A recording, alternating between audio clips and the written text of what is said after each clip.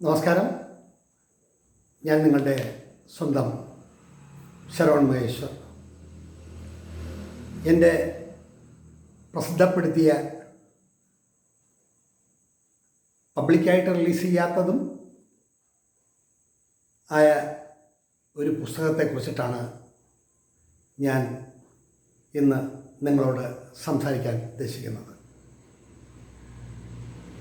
ഉത്തർപ്രദേശിലെ cyberwit.net എന്ന അന്താരാഷ്ട്ര പ്രസിദ്ധീകരണശാല അച്ചടിച്ച് പുറത്തിറക്കിയ വസന്തം വന്ന വഴിയെ ദൂതുമായി എന്ന ഈ പുസ്തകത്തെക്കുറിച്ചിട്ടാണ് ഞാൻ നിങ്ങളോട് പറയാൻ ഉദ്ദേശിക്കുന്നത്. ഈ പുസ്തകത്തിൻ്റെ പ്രത്യേകത എന്ന് പറയുന്നത് ഏകദേശം എൻ്റെ സാഹിത്യ സഫരിയെ തുടങ്ങിയ കാലം മുതൽ ഇതുവരെയുള്ള 250ഓളം സാഹിത്യകാരന്മാരുടെ എഴുത്തുകളാണ്. ഞാൻ അയച്ച കത്തുകൾക്കെല്ലാം ഉള്ള മറുപടിയും ഞാൻ നേരിൽ കണ്ട് സംസാരിക്കുകയും നേരിൽ കണ്ട് എൻ്റെ പുസ്തകങ്ങൾക്ക് അവതാരികയും ആമുഖവും വിമർശനവും ഒക്കെ എഴുതിയ മഹത് വ്യക്തികളുടെ പ്രതികരണവും അവരുടെ മറുപടിയുമാണ് ഈ പുസ്തകത്തിന് ആധാരം. എന്താണ് ഇതിൻ്റെ പ്രത്യേകത എന്ന് ചോദിച്ചാൽ, ഒരു കത്ത് സൂക്ഷിക്കാൻ ഇത്ര വലിയ പാടുണ്ടോ എന്ന് ചോദിക്കുന്നവരുണ്ട്. ഏകദേശം 35 കൊല്ലത്തെ സാഹിത്യ സഫരിയിൽ എനിക്ക് ലഭിച്ച കത്തുകൾ വളരെ ഭദ്രമായി, വളരെ മികവോടെ ആ കത്തുകൾക്ക് ഒരു പോറൽ പോലും നിൽക്കാണ്ട് സൂക്ഷിക്കുക എന്ന് പറയുന്നത് അതൊരു ചെറിയ കാര്യമൊന്നുമല്ല, ഒരു വലിയ കാര്യം തന്നെയാണ്. അതിൽ വിമർശനങ്ങളുണ്ട്, ആസ്വാദനമുണ്ട്, അവതാരികകളുണ്ട്, അങ്ങനെ വിവിധ തലങ്ങളിലുള്ള എഴുത്തുകളാണ് അതെല്ലാം. അപ്പോൾ അത് നമുക്ക് ലഭിക്കുന്ന ഒരു അവാർഡിന് തുല്യമാണ്. മൺമറഞ്ഞുപോയ എത്രയോ പേരുടെ കത്തുകൾ, അവർ നമ്മുടെ പുസ്തകങ്ങൾക്ക് എഴുതിയത്, ഇതെല്ലാം നമുക്ക് മറക്കാവുന്നില്ല. ജ്ഞാനപീഠം നേടിയ സർവശ്രീ തകഴിയും ജ്ഞാനപീഠം നേടിയ MTയും ജ്ഞാനപീഠം നേടിയ ONVയും പത്മഭൂഷൺ കവയിത്രി ബാലാമണിയമ്മയും അന്താരാഷ്ട്ര പ്രശസ്തി ആർജിച്ച കവയിത്രിയും എഴുത്തുകാരിയുമായ മാധവിക്കുട്ടി, പ്രശസ്ത നോവലിസ്റ്റ് C. രാധാകൃഷ്ണൻ, പെരുമ്പടവ് ശ്രീധരൻ, വിവേകാനന്ദൻ, പ്രൊഫസർ കൃഷ്ണപിള്ള, സർവശ്രീ പത്മഭൂഷൺ അടൂർ ഗോപാലകൃഷ്ണൻ, പത്മശ്രീ ഡോക്ടർ ശിവനാട്ട് കുഞ്ഞമ്പിള്ള, അങ്ങനെ തുടങ്ങി നിരവധി പേരുടെ കത്തുകൾ, എത്രയോ കത്തുകളാണ്. ബാലാമണിയമ്മയുടെയും മറ്റും 3-4 കത്തുകൾ, പത്മഭൂഷൺ ലഭിച്ച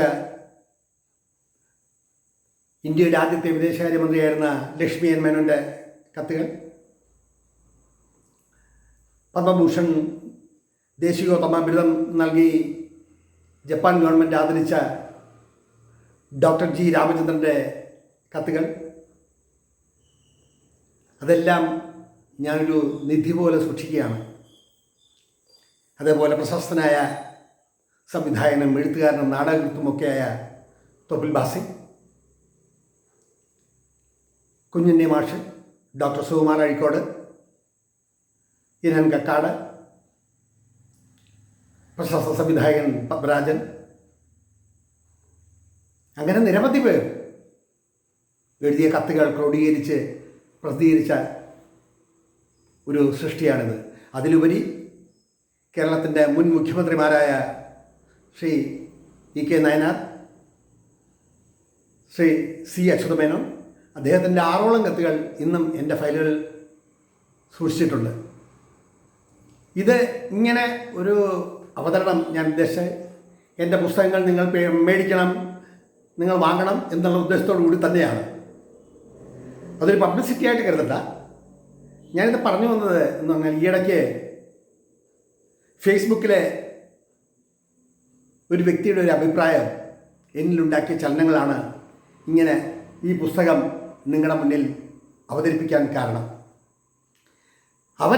ഇവരെഴുതി ആരുടെ കാര്യം പറഞ്ഞാലും അവരൊക്കെ നിങ്ങളുടെ കൃതികൾക്ക് എഴുതിയിട്ടുണ്ട് എന്ന് പറയുമ്പോൾ ഞങ്ങൾ എങ്ങനെ വിശ്വസിക്കും?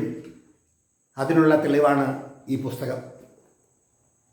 ഈ പുസ്തകത്തിൽ ചേർത്തിരിക്കുന്ന ഓരോ വരികളും എഡിറ്റ് ചെയ്ത് ചേർത്തതല്ല, അതേപടി പ്രിൻ്റ് ചെയ്ത് ചേർത്തിട്ടുള്ളതാണ്. അതിൽ നല്ലതും ചീത്തതും എല്ലാമുണ്ട്. Professor N Krishnapillai, professor G S Panicker, അങ്ങനെ നിരവധി പേർ ഇതിലെഴുതിയിട്ടുണ്ട് ഈ പുസ്തകത്തിൽ. Perumbadavu Sreedharan, doctor P V Velayudhan Pillai, doctor Ayyappa Panicker, എണ്ണിയാലൊടുങ്ങില്ല പ്രശസ്ത നടൻ പത്മശ്രീ മധു സാർ, കുഞ്ഞുണ്ണി മാഷ്, ചമ്പനം ചാക്കോ, അങ്ങനെ നിരവധി പേർ ഈ പുസ്തകങ്ങളിലൂടെ കടന്നു പോയിട്ടുണ്ട്. അപ്പോൾ ഓരോരുത്തരെയും നേരിൽ കണ്ടപ്പോഴും ഉണ്ടായ നല്ലതും ചീത്തതുമായിട്ടുള്ള ഒരുപാട് അനുഭവങ്ങളുണ്ട്. ആ അനുഭവങ്ങൾ പറയണമെങ്കിൽ മണിക്കൂറുകളും ആഴ്ചകളും മാസങ്ങളും വേണം. ഒന്ന് ശക്തമായി പറയാം, കാലത്തിൻ്റെ ഒഴുക്കിൽ പലരും കടന്നുപോയി. പക്ഷെ അവർ എഴുതിയ സൃഷ്ടികൾ, അവർ എനിക്കെഴുതിയ കത്തുകൾ, ആ കത്തുകൾ അച്ചടി മഷി പുരണ്ട് മറ്റുള്ളവർക്കും വായിക്കാൻ കഴിയുമ്പോൾ അതൊരു വല്ലാത്ത ഒരു അനുഭൂതിയാണ്, വല്ലാത്ത ഒരു അനുഭവമാണ്. അതേപോലെ പത്മശ്രീ അവാർഡ് ജേതാവും മലയാള സിനിമയുടെ കാരണവരുമായിട്ടുള്ള തൃക്കൊച്ചി സുകുമാരൻ നായർ എൻ്റെ ചലച്ചിത്രമാവാതെ പോയ മുന്നിൽ ശൂന്യമാൻ ചക്രവാളം എന്ന തിരക്കഥയ്ക്ക് എഴുതിയ ആമുഖം, അത് നമുക്ക് എങ്ങനെ മറക്കാൻ സാധിക്കും? അതുപോലെ professor G N Panicker, Vellayani Arjunan, doctor Vellayani Arjunan, അങ്ങനെ ഓരോരുത്തരും ഈ പുസ്തകങ്ങൾക്ക്, മഹാകവി എം വി അപ്പൻ, ജ്ഞാനപീഠ ജേതാവായ മഹാകവി അക്കിത്തമ്മ ചുവന്ന നമ്പൂരി, മഹാകവി ഉളപ്പമണ്ണ, ഈ 35 വർഷത്തെ സാഹിത്യ സഭയിൽ എഴുതിയ ഒരുപാട് പേർ, D C Kizhakkemuri, N L Balakrishnan, Jose Panachippuram, Cheravally Sasi, P K Madhavan Nair, C രാധാകൃഷ്ണൻ്റെ 6-7ഓളം കത്തുകൾ ഇതിൽ ചേർക്കപ്പെട്ടിട്ടുണ്ട്. B Unnikrishnan, Champana Chacko, Nagavally R S Kurup, അങ്ങനെ ഒരുപാട് പേരുടെ കത്തുകൾ, ഏകദേശം 10-200 പേരുടെ കത്തുകൾ ഇതിൽ ചേർത്തിട്ടുണ്ട്. അവരുമായിട്ടുള്ള സൗഹൃദങ്ങൾ അത് പറഞ്ഞാൽ തീരില്ല. കുഞ്ഞുണ്ണി മാഷിനെയൊക്കെ കാണാൻ പോകുമ്പോൾ അദ്ദേഹം എന്നും എന്നോട് പറയും, നിനക്കെന്താ തരിക? ശരീരമാസകലം എണ്ണ തേച്ച് അദ്ദേഹം ഇങ്ങനെ രാമകൃഷ്ണ ആശ്രമത്തിൽ കഴിയുമ്പോൾ ഞാൻ എപ്പോൾ കോഴിക്കോട് പോയാലും ആദ്യം വൈക്കം ബഷീറിൻ്റെ വീട്ടിൽ പോകും. അവിടുന്ന് രാമകൃഷ്ണ ആശ്രമത്തിൽ നിന്ന് കുഞ്ഞുണ്ണി മാഷിനെ കാണും. അവിടുന്ന് എം ടിയുടെ വീട്ടിൽ പോകും. അവിടുന്ന് കക്കാടിനെ കാണും. ഇങ്ങനെ 3-4 പേരെ കണ്ടിട്ടാണ് മടങ്ങി വരിക. അപ്പോൾ കുഞ്ഞുണ്ണി മാഷിനെ എപ്പോൾ കാണാൻ നിന്നാലും അദ്ദേഹം എന്നോട് പറയും, നിനക്ക് എന്താ തരിക എന്ന് പറഞ്ഞിട്ട് എള്ളുണ്ടയാണ് എനിക്ക് തരിക. ആ സ്നേഹം എങ്ങനെ മറക്കാനാവും? ശ്രീ വൈക്കം ബഷീറിൻ്റെ വീട്ടിൽ ചെന്നാൽ ആ അനുഭവം പറയണമെന്നുണ്ടെങ്കിൽ തന്നെ 4 എപ്പിസോഡ് വേണം. എപ്പോൾ ചെല്ലുമ്പോഴും ഞാൻ ലഡ്ഡു വാങ്ങിച്ചുകൊണ്ട് കൊടുക്കും. ഡയബറ്റിക്കിൻ്റെ അസുഖവും മറ്റും ഉള്ളത് കാരണം കൊടുക്കരുത് എന്ന് പറഞ്ഞാലും ഞാൻ ചെല്ലുമ്പോഴൊക്കെ 4-5 മേടിച്ചുകൊണ്ട് പോകും. ഒന്ന് കഴിച്ചിട്ട് എന്നെ തന്നെ തെറി പറയും. പക്ഷെ അദ്ദേഹം എത്രയോ വർഷങ്ങൾക്ക് ശേഷം 18 വർഷങ്ങൾക്ക് ശേഷമാണ് അദ്ദേഹം പേന കൊണ്ട് കടപ്പാട് എന്ന കവിതാ സമാഹാരത്തിന് എനിക്ക് ഒരു പേജിൽ എഴുതി തരുന്നത്. അന്ന് എന്നോട് പറഞ്ഞു, എൻ്റെ കണ്ണുകൾക്ക് തിമിരമാണ്, അത് ഓപ്പറേഷൻ ചെയ്താൽ അവർ ചിലപ്പോൾ കാതുമെല്ലാം ഓപ്പറേഷൻ ചെയ്യുമെന്ന് പേടിച്ചിട്ടാണ് ഞാൻ ചെയ്യാത്തത് എന്ന് പറഞ്ഞ് കണ്ണിൽ നിന്നും ധാരധാരയായി ഒഴുകുന്ന ആ കണ്ണുനീർ തുള്ളികൾ ആ രാവിൽ അദ്ദേഹം നിലത്ത് ചപ്രം മടഞ്ഞിരുന്ന് ബീഡി ചുണ്ടിൽ തിരികിയിട്ട് ഒരു തീപ്പെട്ടി കൂടിൽ നിന്നും ഓരോ കൊള്ളിയെടുത്ത് ഉരസുമ്പോഴും അത് കത്തുന്നില്ല. 18ാമത്തെ തിരിയാണ് അന്ന് അത് കത്തുന്നത്. അപ്പോൾ ഞാൻ ആലോചിച്ചു, അദ്ദേഹത്തിൻ്റെ ക്ഷമ എത്രമാത്രമുണ്ട്. എനിക്കൊന്നും ഇത്രയും ക്ഷമയില്ല. പക്ഷേ അദ്ദേഹത്തിൻ്റെ ആ ക്ഷമ 18ാമത്തെ കൊള്ളി ഞാൻ അവിടെ ഇരുന്ന് എണ്ണുകയാണ്. എന്നിട്ട് എന്നോട് പറഞ്ഞു, രാത്രി കഞ്ഞിയൊക്കെ കുടിച്ചിട്ട് നീ ഇവിടെ താമസിക്കുമോ, നാളെ രാവിലെ പോകാം. നമ്മളില്ല, എനിക്ക് ഇന്ന് തന്നെ പോകണം. ആ വലിയ മനുഷ്യനെ നമുക്ക് എങ്ങനെ മറക്കാനാവും? അതുപോലെ തന്നെയാണ് 1985 വിഭജിയ ബുക്സ് പ്രസിദ്ധീകരിച്ച അപ്പുവട്ടനോട് എന്ന എൻ്റെ ആദ്യ കവിതാ സമാഹാരത്തിന് ആമുഖം എഴുതിയത് ശ്രീ തകഴിയാണ്. അദ്ദേഹത്തിൻ്റെ വീട്ടിൽ ചെന്ന് അദ്ദേഹവുമായിട്ട് സംസാരിക്കുകയും അവിടെ നിന്ന് അതിരാവിലെ തന്നെ സംസാരിച്ചത് എഴുതി മേടിച്ച ശേഷം ഞാൻ മടങ്ങിപ്പോകുമ്പോൾ വളരെ കുറേ ദൂരം മുന്നിൽ വന്ന ശേഷം എന്നെ കൈകൊട്ടി വിളിക്കുകയും ഞാൻ തിരിച്ച് ചെല്ലുകയും അമ്മയോട് പറഞ്ഞിട്ട്, ഇവനൊന്നും കൊടുത്തില്ലല്ലോ, ഒരു ചായയെങ്കിലും കൊടുക്കണം എന്ന് പറഞ്ഞാൽ ഞാൻ പറഞ്ഞു, ഭൂലോക പിശുക്കനാണെന്നുള്ള എല്ലാവർക്കും അറിയാം. അപ്പോൾ അദ്ദേഹം ചിരിച്ച് വായു നിറയെ മുറുക്കാൻ നിന്നതിൻ്റെ ചീറ്റടികൾ എൻ്റെ ഉടുപ്പിലെല്ലാം വീണു. ഞാൻ നിന്നെ അനുഗ്രഹിച്ചതാടാ എന്ന് പറഞ്ഞിട്ട് മുണ്ടും മാറിൻ്റെ അതുവരെ കെട്ടി തോളിലൊരു തോർത്ത് പോലും ഇടാതെ അദ്ദേഹത്തിൻ്റെ വീട്ടിൽ നിന്നും വളരെ ദൂരം അമരപ്പുഴ ക്ഷേത്രത്തിന്, അദ്ദേഹത്തിൻ്റെ വീടിൻ്റെ അടുത്തുള്ള ക്ഷേത്രത്തിന് അവിടം വരെ ഞങ്ങൾ നടന്ന് സംസാരിക്കുകയായിരുന്നു. ആ അനുഭവം എങ്ങനെ മറക്കാനാകും? MT എന്ന മഹാനായ എഴുത്തുകാരനെ ഞാൻ കാണാൻ പോകുന്ന എൻ്റെ ശങ്കജം എന്ന നോവലിന് ഒരു ആമുഖം എഴുതാൻ വേണ്ടിയാണ്. അപ്പോൾ ഞാൻ അദ്ദേഹത്തിൻ്റെ വീട്ടിലോട്ട്, കോട്ട റോഡിലെ അദ്ദേഹത്തിൻ്റെ വീട്ടിലോട്ട് പോകുമ്പോൾ അദ്ദേഹം കാറിൽ മകളെയും കൊണ്ട് കോളേജിലോ മറ്റോ ആക്കാൻ പോകുന്ന ദൃശ്യമാണ് കാണുന്നത്. വീടിൻ്റെ ഫ്രണ്ടിൽ കൂടെ ഞാൻ അങ്ങോട്ട് ഒരു ബാഗുമായി നടന്നു ചെല്ലുമ്പോൾ അത് സിനിമയിൽ അഭിനയിക്കാനാണോ? എങ്കിൽ ചാൻസ് ഇല്ല. ഞാനും കുറച്ച് ഗൗരവത്തോടു കൂടി അദ്ദേഹത്തോട് പറഞ്ഞു, ഞാൻ സിനിമയിലൊന്നും അഭിനയിക്കാൻ വന്നതല്ല സാർ, എൻ്റെ പേര് ശരവൺ മൈസൂറാണ്, ഞാൻ ട്രിവാൻഡ്രത്ത് നിന്ന് വരികയാണ്. എൻ്റെ ശങ്കജം എന്നുള്ളൊരു നോവലൊരു പ്രൊഫൈസ് ചെയ്തിരിക്കുന്ന കാര്യം സംസാരിക്കണം. ഓ അത് ശരി, നിങ്ങൾ പാരമൗണ്ട് ലോഡ്ജിൽ വരൂ, അവിടെ ഋതുഭേദത്തിൻ്റെ ഡിസ്കഷനും സ്ക്രിപ്റ്റ് വർക്കും നടക്കുകയാണ്, അവിടെ വന്നാൽ കാണാം എന്ന് പറയുന്നു. അങ്ങനെ അദ്ദേഹത്തെ പോയി കാണുന്നു, സംസാരിക്കുന്നു. അപ്പോൾ വളരെ വികാരാധീനനായി വളരെ വിഷമത്തോടുകൂടി പറഞ്ഞു, ഞാനൊരു സ്ക്രിപ്റ്റിൻ്റെ തിരക്കിലാണ്. അപ്പോൾ ഈ ഒരു അവസരത്തിൽ ഞാൻ എന്താ ശരവണനോട് പറയുക? അപ്പോൾ ഞാൻ തമാശ വേണമുള്ളൂ, സാർ എൻ്റെ മുഖം കണ്ടു കഴിഞ്ഞാൽ അത്ര മോശമൊന്നുമല്ല, ഈ പടത്തിൽ എനിക്കും ഒന്ന് അഭിനയിച്ചാൽ കൊള്ളാമെന്ന് ആഗ്രഹമുണ്ട്. അപ്പോൾ ചിരിച്ചു. എന്നിട്ട് പ്രതാപോത്തനെ വിളിച്ച് പറഞ്ഞു, ആ ബാംഗ്ലൂർ ഫാമിലിയിൽ ഒരു മകനായിട്ട് ശരവണനെ നമുക്ക് ചെയ്താലോ? അപ്പോൾ ഗൗരവത്തിലാണോ അല്ലെന്നറിയില്ല, ഇഷ്ടപ്പെട്ടോ ഇഷ്ടപ്പെട്ടില്ല എന്നറിയില്ല. ഇന്ന് പ്രതാപോത്തൻ മൂളിയതേ ഉള്ളൂ. ഞാനതെല്ലാം സംസാരിച്ച് ഞാൻ മടങ്ങി. മാസങ്ങൾക്ക് ശേഷം MTയുടെ ഒരു കത്ത് എനിക്ക് വരികയാണ്. ശരവൺ ഷൂട്ടിംഗ് തുടങ്ങി, നിങ്ങൾ മഞ്ചേരിയിലെത്തുക. സിനിമ എന്ന് പറയുന്ന അതൊന്ന് ഞാൻ പഠിക്കുന്നത് അങ്ങനെയാണ്. 16-17 ദിവസം മഞ്ചേരിയിലെ കോവിലകത്തും പരിസരത്തും നടന്ന ഷൂട്ടിങ്ങിൽ ഞാൻ പങ്കെടുക്കുകയും ഞാൻ 2 സീനിൽ, ക്ലൈമാക്സ് സീനിലും അതിന് മുന്നിലുള്ള ഒരു സീനിലും അഭിനയിക്കുകയും ചെയ്തു. അവിടുത്തെ ഒരുപാട് വിശേഷങ്ങൾ, അത് പറഞ്ഞാൽ തന്നെ ഒരു 15 എപ്പിസോഡ് വേണം, അതുകൊണ്ട് ഞാൻ പറയുന്നില്ല. പക്ഷേ ആ ഓർത്ത് 3-4 വരികൾ മാത്രം കുറിച്ച ഒരു കത്ത്, ആ ഉത്തരവാദിത്വ ബോധം, അത് മറക്കാവുന്നതല്ല. അങ്ങനെയാണ് ശാന്തമീ സാഗരം എന്നുള്ളൊരു പുസ്തകം, ഈ ഋതുഭേദം സിനിമാനുഭവങ്ങൾ വെച്ചിട്ട് ഞാൻ എഴുതുകയും cyberwit.net പബ്ലിഷ് ചെയ്യുകയും ചെയ്തിട്ടുണ്ട്. അതിൻ്റെ ആദ്യ കോപ്പി വാങ്ങിയത് ഈ സിനിമയുടെ സംവിധായകനായ പ്രതാപനാണ്. അത് എങ്ങനെ അറിയാം എന്ന് ചോദിച്ചാൽ എൻ്റെ പുസ്തകങ്ങൾ ആമസോണിലും ഫ്ലിപ്കാർട്ടിലും ഒക്കെ ലഭ്യമാണ്. അങ്ങനെ ഓരോ കോപ്പിയും ഓരോരുത്തർ വാങ്ങുമ്പോൾ അവരുടെ അഡ്രസ്സും ഡീറ്റെയിൽസ് എല്ലാം എനിക്ക് ലഭിക്കും. അങ്ങനെയാണ് ഞാൻ മനസ്സിലാക്കിയത്. അങ്ങനെ MT കക്കാട് അടുത്ത ദിവസം മരിക്കുന്നു. തലേ ദിവസമാണ് ഞാൻ കുഞ്ഞുണ്ണി മാഷിനെയൊക്കെ കാണാൻ പോകുന്നത്.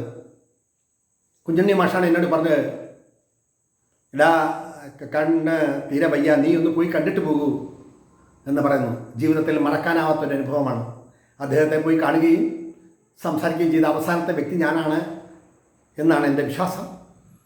പിറ്റേ ദിവസം രാവിലെ ഞാൻ തിരുവനന്തപുരത്ത് എത്തിച്ചേരുമ്പോൾ അദ്ദേഹത്തിൻ്റെ മരണവാർത്തയാണ് കാണുന്നത് ഓരോ പത്രങ്ങളിലും. മറക്കാനാവാത്ത ഒരു അനുഭവമാണ്. അതേപോലെ കേന്ദ്ര സാഹിത്യ അക്കാദമി അവാർഡൊക്കെ ലഭിച്ച ശ്രീ രാധാകൃഷ്ണൻ എനിക്ക് എഴുതുന്ന ഓരോ കത്തുകളിലും വളരെ കുറച്ച് വാക്കുകൾ മാത്രമേ എഴുതാറുള്ളൂ. എൻ്റെ 48 ഉദയവും 47 അസ്തമയം എന്ന നോവലിനൊരു ആമുഖം എഴുതാൻ വേണ്ടി അദ്ദേഹത്തെ ചെന്ന് കാണുമ്പോൾ പെയ്തൊഴിയാത്ത മഴയാണ്. അവിടുന്ന് അദ്ദേഹത്തെ കണ്ട് സംസാരിച്ച് അവിടുന്ന് മടങ്ങുന്നു. ഓരോ കത്തുകളിലും വളരെ കുറച്ച് വാക്കുകൾ മാത്രം. ഒരു പൂവ് അത് വിടരുന്നു നോക്കി കാത്തിരിക്കാം എന്താണ് അദ്ദേഹം എനിക്ക് എഴുതിയ ഒരു കത്ത്. അങ്ങനെ അദ്ദേഹത്തിൻ്റെ 6-7 കത്തുകൾ. 1987 ഞാൻ റഷ്യ സന്ദർശിക്കാൻ പോയപ്പോൾ വളരെയധികം ദുർഘടങ്ങളും വളരെയധികം ബുദ്ധിമുട്ടും സഹിച്ചാണ് അന്ന് ഞാൻ റഷ്യയിൽ പോകുന്നത്. ആ യാത്ര കഴിഞ്ഞ് മടങ്ങി വരുമ്പോൾ ഞാൻ അതിനെ അടിസ്ഥാനമാക്കി എഴുതിയൊരു യാത്രാ വിവരണമാണ് റഷ്യയിലെ മഞ്ഞുതുള്ളികൾ. ആ പുസ്തകത്തിൻ്റെ അവതാരിക എഴുതാൻ വേണ്ടി നമ്മുടെ മുൻ മുഖ്യമന്ത്രിയായ ശ്രീ C. അച്യുതമേനോൻ്റെ വീട്ടിൽ ചെല്ലുകയാണ്. ഒരു പ്രാവശ്യമല്ല, പലവട്ടം. അദ്ദേഹം അന്ന് അസുഖബാധിതനായും വളരെ ക്ഷീണിതനായിട്ടും ഒക്കെ കാണപ്പെട്ട അവസരമാണ്. എൻ്റെ ആദ്യ പുസ്തകം അയച്ചപ്പോൾ അദ്ദേഹം അതിനെ പ്രതികരിച്ചില്ല. ഇത് സാഹിത്യവുമായി ബന്ധമുള്ളവരെ കൊണ്ട് കാണിക്കുക. അങ്ങനെ ഓരോ പുസ്തകങ്ങൾ അദ്ദേഹത്തിന് അയക്കുമ്പോഴും അദ്ദേഹം ഓരോ മറുപടി എനിക്ക് അയച്ചിരുന്നു. അപ്പോൾ ഈ പുസ്തകത്തിന് അദ്ദേഹത്തെ കൊണ്ടൊരു ആമുഖം എഴുതണമെന്ന് വിചാരിച്ചു, നടന്നില്ല. പക്ഷേ അദ്ദേഹം ഒരു കത്ത് ഞാൻ മടങ്ങി വന്ന ശേഷം എനിക്ക് അയച്ചു തന്നു. അത് റഷ്യയിലെ മഞ്ഞുതുള്ളികളിൽ ചേർത്തിട്ടുണ്ട്. എൻ്റെ ഞാൻ കള്ളനല്ല എന്നാൽ കള്ളനാണ് എന്ന കവിതാ സമാഹാരത്തിന് മുൻ മുഖ്യമന്ത്രി E.K. നയനാർ എനിക്ക് വളരെ ചുരുങ്ങിയ വാക്കുകളിൽ കത്തയച്ചിട്ടുണ്ട്. അതിന്ന് ഞാൻ നിധി പോലെ സൂക്ഷിക്കുന്നു. അപ്പോൾ ആ കത്തുകളൊക്കെ വിലമതിക്കാനാവാത്തതാണ്. അപ്പോൾ ആ കത്തുകളെല്ലാം ക്രോഡീകരിച്ചിട്ടാണ് ഈ പുസ്തകത്തിൻ്റെ പ്രസിദ്ധീകരണം നടന്നത്. പത്മരാജന് ഒരുപാട് കത്തുകൾ അയച്ചു. ഒടുവിൽ അദ്ദേഹം എന്നെ കാണാനായിട്ട് പൂജപ്പുരയിലുള്ള വീട്ടിൽ ചെല്ലുകയും അങ്ങനെ കാണുകയും സംസാരിക്കുകയും ഒക്കെ ചെയ്തു. അദ്ദേഹം അയച്ച 2-3 കത്തുകൾ. അങ്ങനെ മലയാള സാഹിത്യത്തിലെയും മലയാള സിനിമയിലെയും ഒരുപാട് പേർ എൻ്റെ പുസ്തകങ്ങൾക്ക് അവതാരികകളും ആമുഖങ്ങളും എഴുതിയിട്ടുണ്ട്. ഇതൊന്നും മഹത്വവൽക്കരിക്കുകയല്ല. ദാദാ സാഹേബ് ഫാൽക്കെ അവാർഡ് ലഭിച്ച പത്മഭൂഷൺ ശ്രീ അടൂർ ഗോപാലകൃഷ്ണനാണ് എൻ്റെ നാടകത്തിന് ഈ ഭൂമിയിൽ കളം വരയ്ക്കരുത് എന്ന സൃഷ്ടിക്ക് അവതാരിക എഴുതിയിട്ടുള്ളത്. അതും സൈബർവിറ്റാണ് പബ്ലിഷ് ചെയ്തിട്ടുള്ളത്. അങ്ങനെ നിരവധി കത്തുകൾ ഇന്ത്യയുടെ മുൻ പ്രധാനമന്ത്രിയായിരുന്ന അന്തരിച്ച ശ്രീ രാജീവ് ഗാന്ധിക്ക് ഞാൻ അയച്ചു കൊടുത്ത പുസ്തകത്തിനും അതിനൊരു മറുപടി. അതുപോലെ തന്നെ അമേരിക്കൻ പ്രസിഡന്റ് അന്തരിച്ച ശ്രീ റൊണാൾഡ് റീഗൻ്റെ കയ്യൊപ്പോടുകൂടിയുള്ളൊരു കാർഡ്, അന്തരിച്ച ഫ്രഞ്ച് പ്രസിഡന്റ് ഫ്രാങ്കോയിസ് മിത്രാങ് എനിക്ക് അയച്ചൊരു കത്ത്, നോബൽ സമ്മാന ജേതാവായ മദർ തെരേസ അയച്ച കത്ത്. അങ്ങനെ നിരവധി പേർ എനിക്കയച്ച 35 വർഷത്തിനിടയിൽ എനിക്കയച്ച ആ കത്തുകളെല്ലാം കൂടെ ക്രോഡീകരിച്ചിട്ടാണ് ഇങ്ങനൊരു സൃഷ്ടി വെളിച്ചം കാണുന്നത്. എഴുതിയ പുസ്തകം നിങ്ങൾ എന്തിനെഴുതുന്നു, നിങ്ങൾ ആ സമയത്ത് വേറെ എന്തെങ്കിലും ചെയ്യൂ എന്ന് പറഞ്ഞ ഒരു പേര് പറയാൻ ഇഷ്ടപ്പെടാത്ത ഒരു സ്വാമിയുണ്ട്. നിങ്ങൾ മറ്റു മേഖലകളിൽ വിഹരിക്കുന്നതാണ് നല്ലത്. കാലം പിന്നീടും ഒത്തിരി കടന്നുപോയി. എഴുത്തിൻ്റെ മേഖലയിൽ സജീവമായി നിൽക്കുന്നു. എൻ്റെ ആദ്യ കവിതാ സമാഹാരം പ്രസിദ്ധപ്പെടുത്തിയ ശേഷം അതിൻ്റെ ഒരു കോംപ്ലിമെൻ്ററി കോപ്പി യൂണിവേഴ്സിറ്റി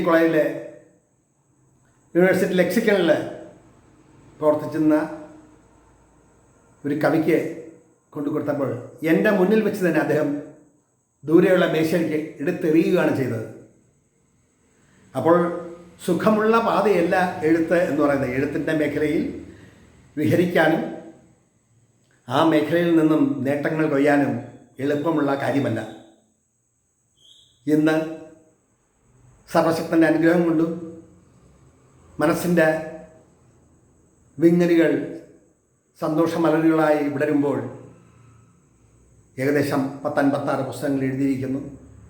23 പുസ്തകങ്ങൾ പ്രസിദ്ധീകരിച്ചിരിക്കുന്നു. 26 പുസ്തകങ്ങൾ പ്രസിദ്ധീകരണത്തിലുള്ള വിവിധ ഘട്ടങ്ങളിലാണ്. കാലത്തിലൂടെ എന്തിനാണ് എഴുതി, എന്ത് നേടാനാണ്? സാമ്പത്തികമായിട്ടുള്ള നേട്ടങ്ങൾ ഇതുവരെ ഉണ്ടായിട്ടുള്ള നഷ്ടങ്ങളേ ഉള്ളൂ.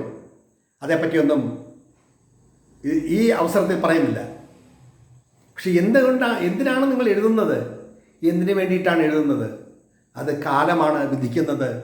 നിങ്ങൾ എഴുത്തുകാരനാണോ അല്ലയോ എന്ന്. വിഖ്യാതനായ വില്യം വേർഡ്സ്വർത്തിൻ്റെ കവിതകൾ വളരെ മനോഹരമാണ്, ചേതോഹരമാണ്. അദ്ദേഹം പൂക്കളെക്കുറിച്ചും മറ്റും എഴുതിയിട്ടുള്ള കവിതകൾ ആലങ്കാരികത ഇല്ലാതെ തന്നെ നമുക്ക് പറയാൻ കഴിയും. നമ്മുടെ കുമാരനാശാനും വള്ളത്തോളും ഉള്ളൂരും കവികളും എല്ലാം ഈ ഭൂവിൽ നിന്ന് പോയെങ്കിലും അവർ രചിക്കപ്പെട്ട രചനകൾ എന്നും സ്ഥായിയായി നിൽക്കുക തന്നെ ചെയ്യും. പിന്നെ ഈ ജീവിതത്തിൽ നമുക്ക് കണ്ടുമുട്ടാൻ കഴിയുന്ന മഹത്തുക്കളെ നമ്മൾ ബഹുമാനിക്കുക, അവരെ ആദരിക്കുക. അവരങ്ങനെ പറഞ്ഞു ഇങ്ങനെ പറഞ്ഞു എന്നല്ല, ഒരുപാട് തൃപ്തമായിട്ടുള്ള അനുഭവങ്ങളും ഒരുപാട് കൈപ്പുനീരുമൊക്കെ അനുഭവിച്ചാണ് ശരവൺ മഹേശ്വർ എന്നുള്ളൊരു മേൽവ്യാസം ഉണ്ടാക്കിയെടുത്തത്. എഴുത്തിൻ്റെ ശ്രേണിയിൽ ആദ്യ കവിതാ സമാഹാരം ഇറങ്ങി അത് കുറേ പേരെ കൊണ്ടു നടന്നാണ് അത് വിറ്റ് അതിൻ്റെ ഒരു തുകയുമായി മലയാളത്തിൻ്റെ ഒരു മഹാനടൻ ബുദ്ധിമുട്ടും വല്ലായ്മയുമായി എന്നുള്ള പേപ്പറിലെ ന്യൂസ് കണ്ട്, പേപ്പറിലെ വാർത്ത കണ്ട് ഞാൻ സ്വരൂപിച്ച 1000 രൂപ, അന്ന് 1000 രൂപ 86 1000 രൂപ ഉണ്ടാക്കണം, പുസ്തകം വിട്ടുണ്ടാക്കണം എന്ന് പറഞ്ഞാൽ വളരെ കഠിനമായിട്ടുള്ളൊരു തപസ് തന്നെയാണ്. ആ മഹാനടൻ്റെ പേരൊന്നും ഞാൻ നിങ്ങളോട് പറയുന്നില്ല, അത് തെറ്റാണ്. കാലത്തിലൂടെ അദ്ദേഹം പോയി മറഞ്ഞു എങ്കിലും പലരും അദ്ദേഹത്തെ ഓർമ്മിക്കുന്നു, ഇന്നും അദ്ദേഹത്തെക്കുറിച്ച് ചിന്തിക്കുന്നു. അദ്ദേഹത്തിൻ്റെ വീട്ടുപടിക്കൽ വന്നപ്പം ഇറങ്ങിപ്പോടോ, എന്തിനാണ് ഇവിടെ വന്നത് എന്ന് ചോദിച്ച് പറഞ്ഞുവിട്ട അനുഭവങ്ങൾ. അപ്പം പട്ട് പരോധാനി വിരിച്ച് അതിലൂടെ നടന്നു പോകുന്ന ഒന്നല്ല സാഹിത്യം എന്ന് പറയുന്നത്. സാഹിത്യത്തിനൊരു മേൽവിലാസം ഉണ്ടാക്കണമെങ്കിൽ ഒരുപാട് അനുഭവങ്ങളും ഒരുപാട് തെറ്റും ശരിയും വിയർപ്പും പൊഴിച്ചെങ്കിൽ മാത്രമേ നമുക്ക് ഒരു ഉയർച്ച ഉണ്ടാവും. ആര് വിമർശിച്ചാലും ആര് വിമർശിച്ചില്ലെങ്കിലും നമ്മുടെ പാതയിലൂടെ മുന്നോട്ട് പോവുക. കാലമാണ് വിധാതാവ്. അപ്പോൾ കാലം നിശ്ചയിക്കും നിങ്ങൾ എഴുത്തുകാരനാണോ, നിങ്ങളുടെ സൃഷ്ടി നല്ലതാണോ എന്ന് കാലം നിശ്ചയിക്കും. പക്ഷേ ഇങ്ങനൊരു സൃഷ്ടി 30-35 വർഷത്തിനുള്ളിൽ എനിക്ക് ലഭിച്ച എല്ലാ കത്തുകളും 2020 വരെയുള്ള കത്തുകളാണ് ഞാനിതിൽ ക്രോഡീകരിച്ച് പ്രസിദ്ധപ്പെടുത്തിയിട്ടുള്ളത്. അപ്പോൾ ഇങ്ങനെയൊരു പുസ്തകം ഇറങ്ങുമ്പോൾ ആ പുസ്തകത്തിനെക്കുറിച്ച് പറയാനായിട്ടുള്ള ഹേതു ഈയിടയ്ക്കുണ്ടായ ഒരു വ്യക്തിയുടെ അഭിപ്രായത്തിൽ നിന്നാണ്. അങ്ങനെയാണ് ഞാൻ ഇതേക്കുറിച്ച് പറയണമെന്ന് തോന്നിയത്. എൻ്റെ cyberwit.net പ്രസിദ്ധീകരിച്ച പുസ്തകങ്ങളും മറ്റു പുസ്തകങ്ങളും ഓരോ പുസ്തകത്തിനുണ്ടായ അനുഭവങ്ങളും ആ പുസ്തകത്തെക്കുറിച്ചും ഞാൻ താമസമിന വിവിധ എപ്പിസോഡായിട്ട് എൻ്റെ ചാനലിൽ ചേർക്കുന്നുണ്ട്. കാണുക, അതിനെക്കുറിച്ചിട്ടുള്ള അഭിപ്രായങ്ങളും മറ്റും നിങ്ങൾ രേഖപ്പെടുത്തുക. ഈ സൃഷ്ടി നിങ്ങൾക്ക് ഇഷ്ടപ്പെട്ട് കാണുമെന്ന് വിശ്വസിക്കുന്നു. ഇവിടെ ചുരുക്കട്ടെ എൻ്റെ വാക്കുകൾ. നന്ദി, നമസ്കാരം.